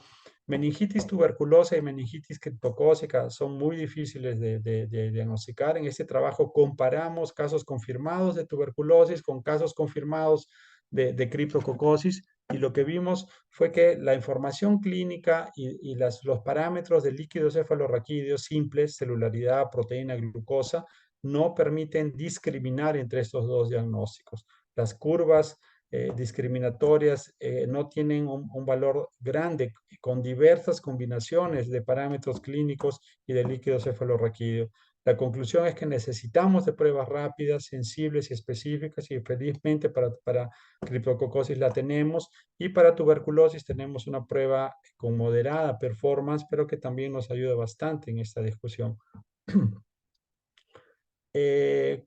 ¿Cómo proceder delante de un paciente que tiene meningitis, tiene SIDA y yo tengo que escoger qué le pido en relación a diagnóstico, ¿no? Hay varios trabajos, pero pocos se direccionaron para comparar estrategias de qué pedir en una prueba de líquido cefalorraquídeo pensando en pacientes que tienen VIH y tienen meningitis, ¿no? Este estudio muy importante, publicado 10 años atrás, evaluó 3 estrategias diagnósticas que consistían básicamente en pedir todo lo que el hospital tiene. Eso ocurre mucho en centros terciarios de la región, ¿no? En hospitales donde tengo muchos recursos, llegó el paciente, pido todo lo que tiene. Hay una estrategia secuencial donde yo voy a racionalizar cuáles pruebas y el orden en el cual yo voy a utilizar estas pruebas para intentar hacer los diagnósticos, ¿no? Ese stepwise, esa estrategia secuencial que parece más racional. Y por último, esta estrategia minimalista, que también es una estrategia secuencial, pero con una cantidad de pruebas mucho menores y priorizando aquellas que son estrictamente más sensibles y específicas. Esas son tres formas diferentes de ver el mismo problema, ¿no? Y lo que demostró este trabajo muy relevante, ¿no? Es que desde el punto de vista de performance diagnóstica, ¿no? Las pruebas que tienen el stepwise y ese abordaje más comprensiva, más completa, de hecho son las que tienen mejor rendimiento diagnóstico, ¿no? Y cuando comparamos el costo-beneficio, ¿no? Las pruebas con stepwise consiguen aproximar más a las minimalistas, aquellas que usan un paquete menor y que son mucho más económicas que aquellas que utilizan aquella estrategia de usar todo lo que el hospital te ofrece, ¿no? Entonces ese trabajo es muy interesante porque sugiere que racionalizar recursos de forma secuencial permite tener un espectro importante de diagnósticos con un costo también razonable, ¿no?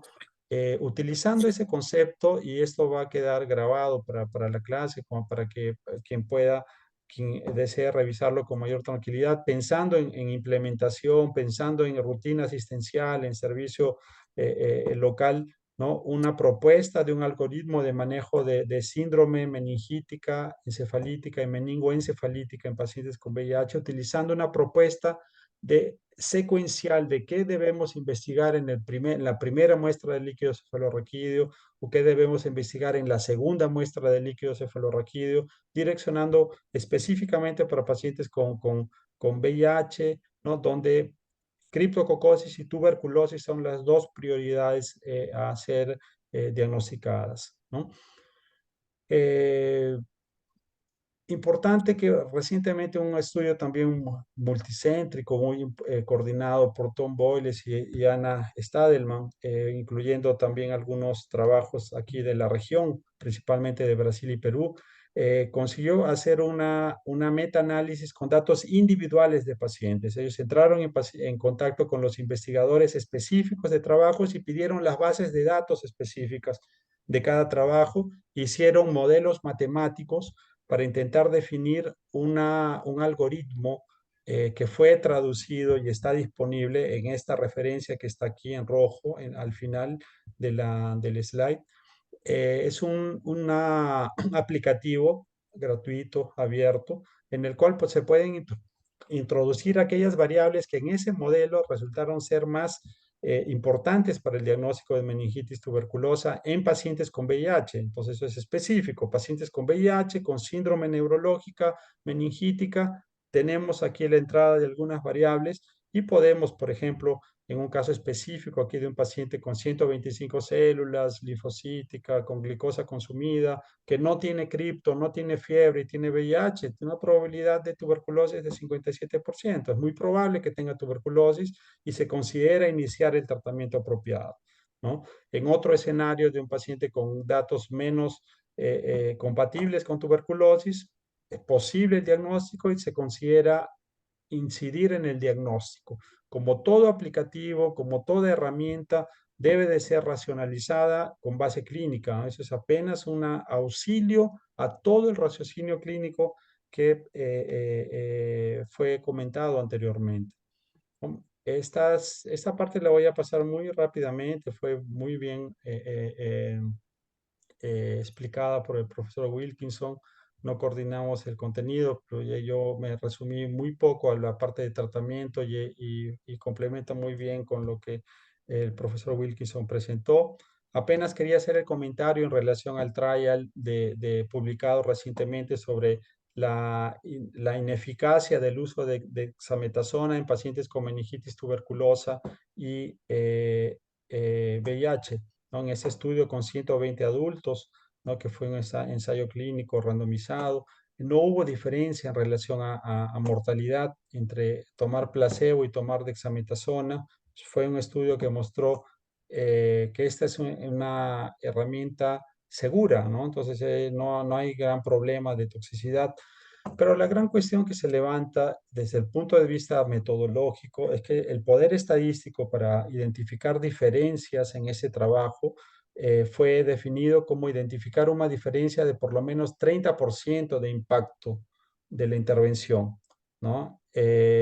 Probablemente exista algún beneficio con una población mucho mayor de pacientes que pueda tener un beneficio tal vez inferior a ese en términos de mortalidad, ¿no? La otra cuestión es que, ¿sí? La otra cuestión es el fenotipo de cada paciente, ¿no? La respuesta inflamatoria de cada hospedero es fundamental, es una enfermedad heterogénea. Tenemos fenotipos más inflamatorios y fenotipos menos inflamatorios. Probablemente esto tenga mucho a ver con la interacción del hospedero y el microorganismo. Y probablemente el manejo antiinflamatorio tenga que ser direccionado para algunos fenotipos más específicos o con medicamentos también de actuación antiinflamatoria más puntual, como también fue comentado, ¿no? Entonces, el paquete de intervenciones para manejo de meningitis tuberculosa es bastante amplio, ¿no? Mis recomendaciones principales aquí, primero una elevada sospecha clínica, insisto, con el abordaje sindrómico, solicitación oportuna y optimizada de las pruebas diagnósticas, priorizar el GeneSpert Ultra, inicio precoz de los tuberculostáticos, no confirmé diagnóstico etiológico, puedo iniciar el tratamiento tuberculostático rápido, tratamiento adyuvante es fundamental, importantísimo tener servicios de neurocirugía, cuidados neurointensivos, correcciones de hiponatremia, aún aún la dexametasona me parece que debe de continuar siendo utilizada hasta disponer de elementos más específicos, ¿no? O de mayores estudios. No creo que ese trabajo de New England sea definitivo en relación a evitar el uso de este medicamento. Monitoramiento clínico licórico y programación del tratamiento antirretroviral. Esta parte de inicio de tratamiento me parece importante. Rápidamente debo concluir en los próximos 3 minutos mi presentación.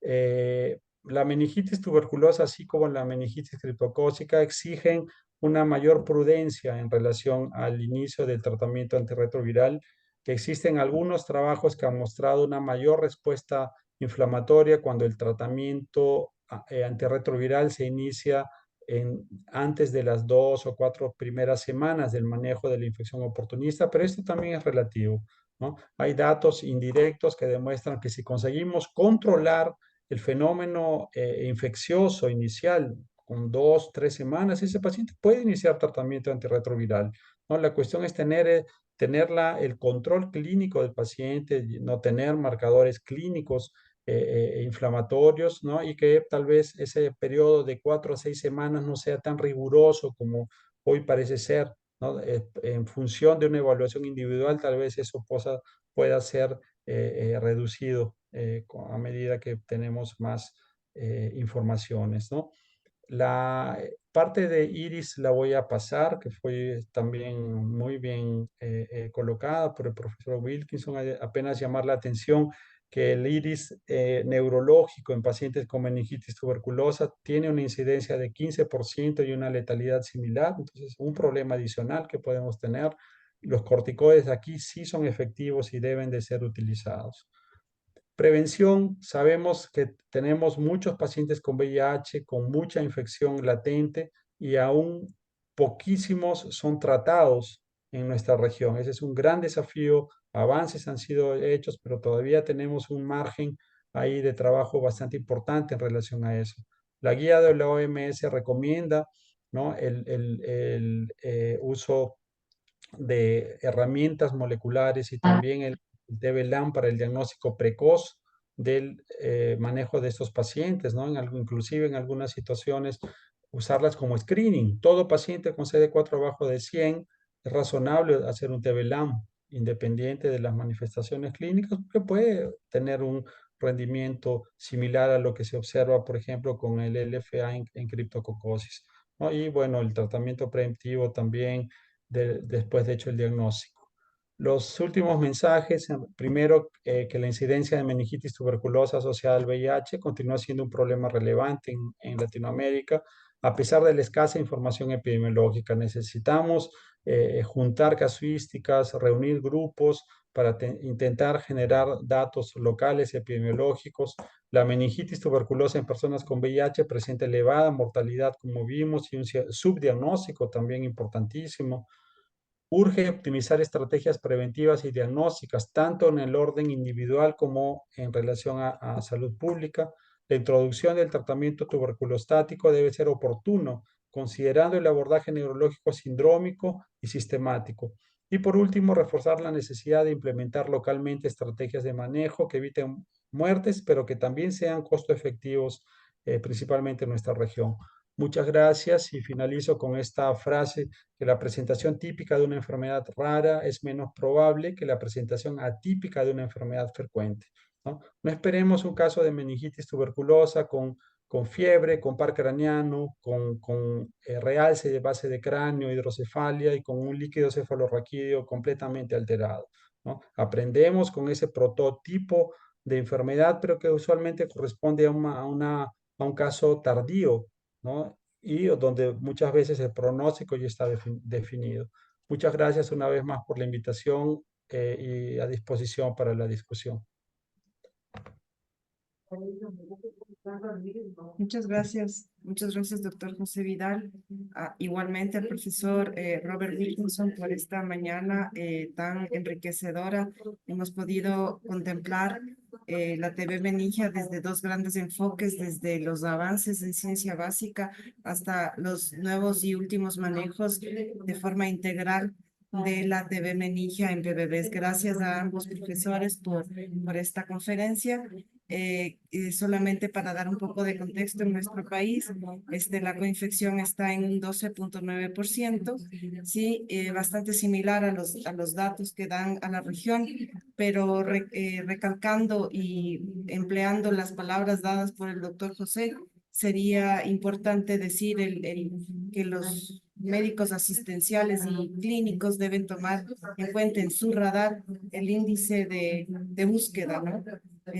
Gracias, doctor, por eso. Quisiéramos pasar a las preguntas que nos han emitido el auditorio en esta mañana.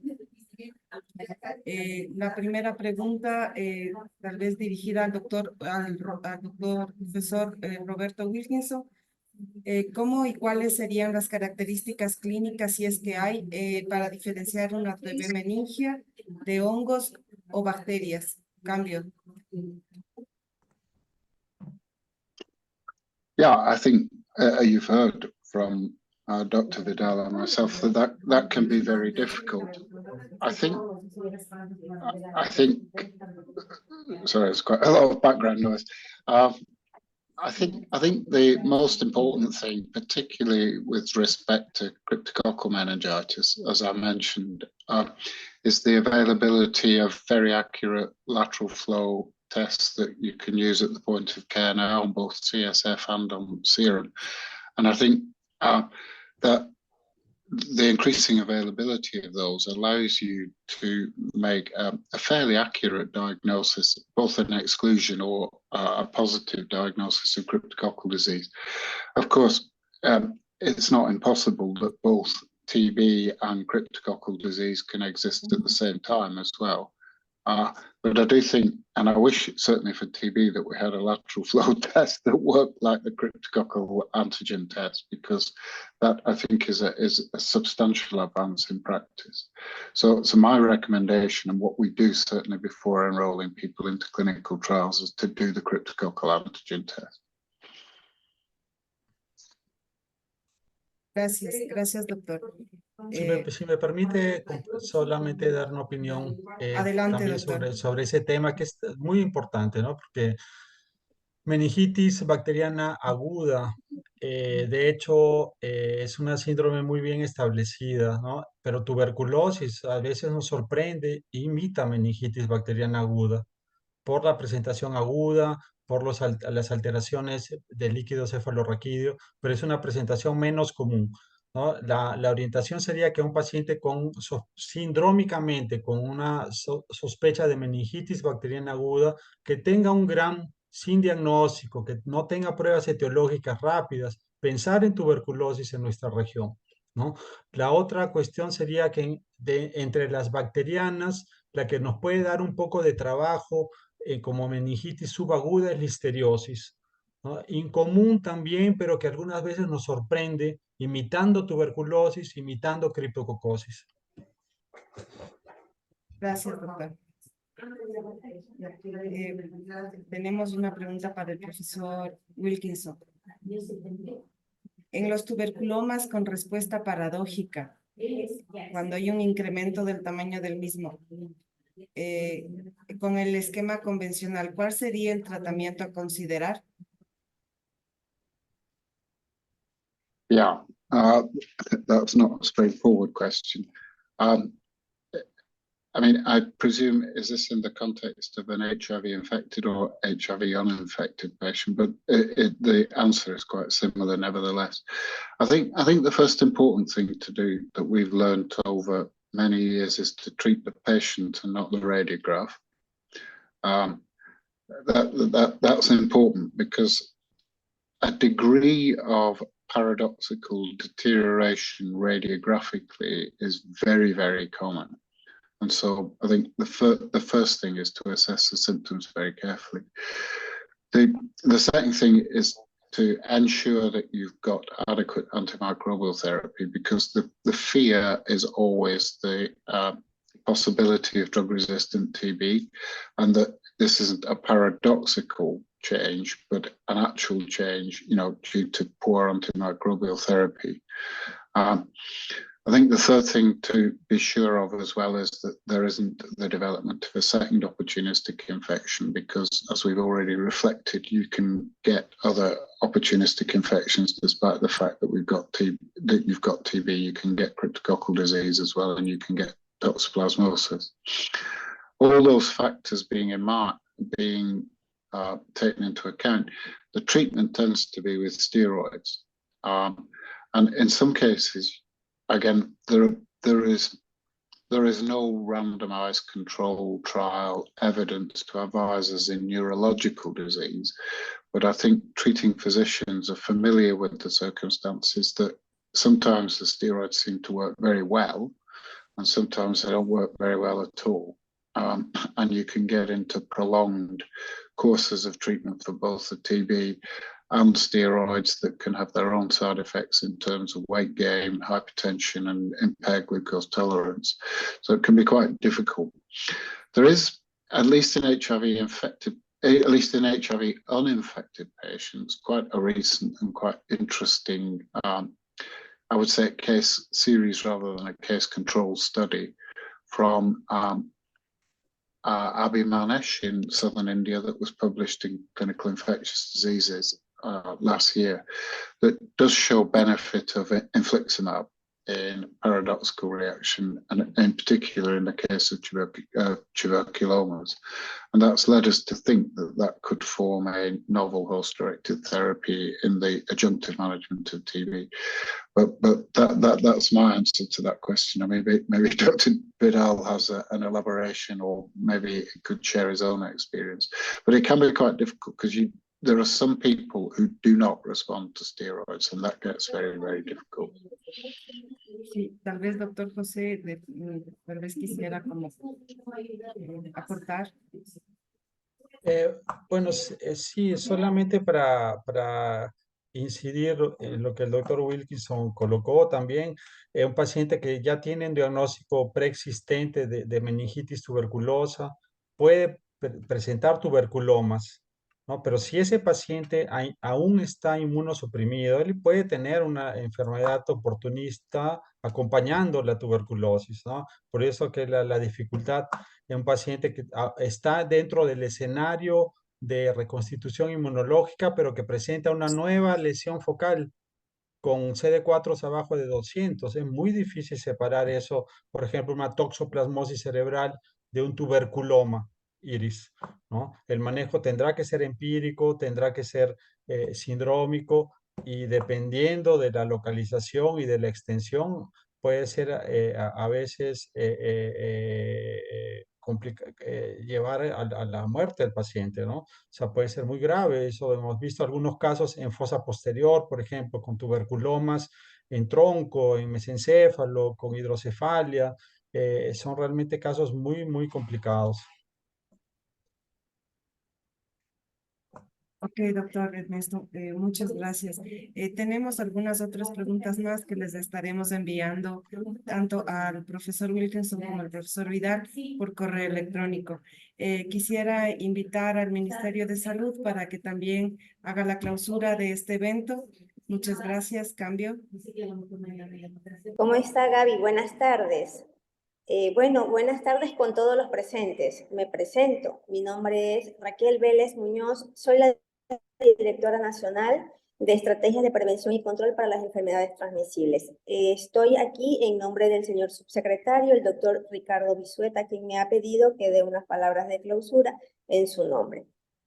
Ante todo, me gustaría mucho agradecer a la OPS y a todos los presentes por su valiosa colaboración y presencia en este evento en el cual se realiza la actualización en el manejo integral de tuberculosis meningia en las personas en general y en los pacientes, en las personas que viven con VIH. Sabiendo la importancia del diagnóstico y el tratamiento oportuno a fin de disminuir la mortalidad, pues que alcanza más del 50%, ¿verdad? Especialmente en los usuarios que viven con VIH. No tengo más que decir y que instar a todos los presentes a fin de seguir trabajando en pro de nuestros pacientes con compromiso y amor a nuestra vocación. Muchas gracias. Gracias, doctora Vidal. Doy paso al doctor Omar. Muchísimas gracias, Gabriela. Muchísimas gracias, doctor Raquel Vélez. Y en particular, muchísimas gracias a José y a Robert. Realmente ha sido un placer, un orgullo para la organización poder tenerlos aquí. Ha habido mucha gente que se ha tenido que quedar fuera porque excedió el límite de personas que teníamos establecido en el Zoom. Así que ojalá que podamos volver a contar con ustedes en los próximos meses para una nueva edición porque ha generado mucho interés este caso. Les invito a todos los participantes también a que se contacten con nosotros por correo, que entren a la página web de la organización para ver las grabaciones, nos envíen temas para los próximos webinarios y si tienen casos clínicos complejos que quieran comentar, podemos en algún momento organizar una reunión online para discutir casos clínicos. Muchísimas gracias a todos. Un minuto a cada uno de ustedes, José y Roberto, para despedirse y cerrar. Muchísimas gracias, Omar, por la invitación. A disposición siempre que lo considere necesario. Gracias también a los colegas de Ecuador. Es un tema extremadamente importante para la región. Y también dejar aquí mi agradecimiento y honor de haber compartido esta sesión con el doctor Wilkinson.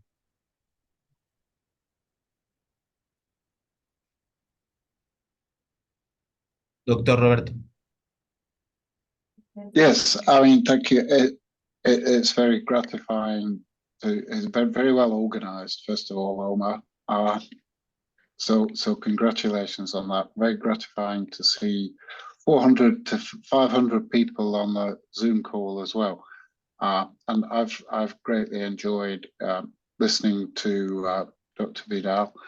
And hopefully I've been most interested to contribute to your future meetings. And thank you again for asking me.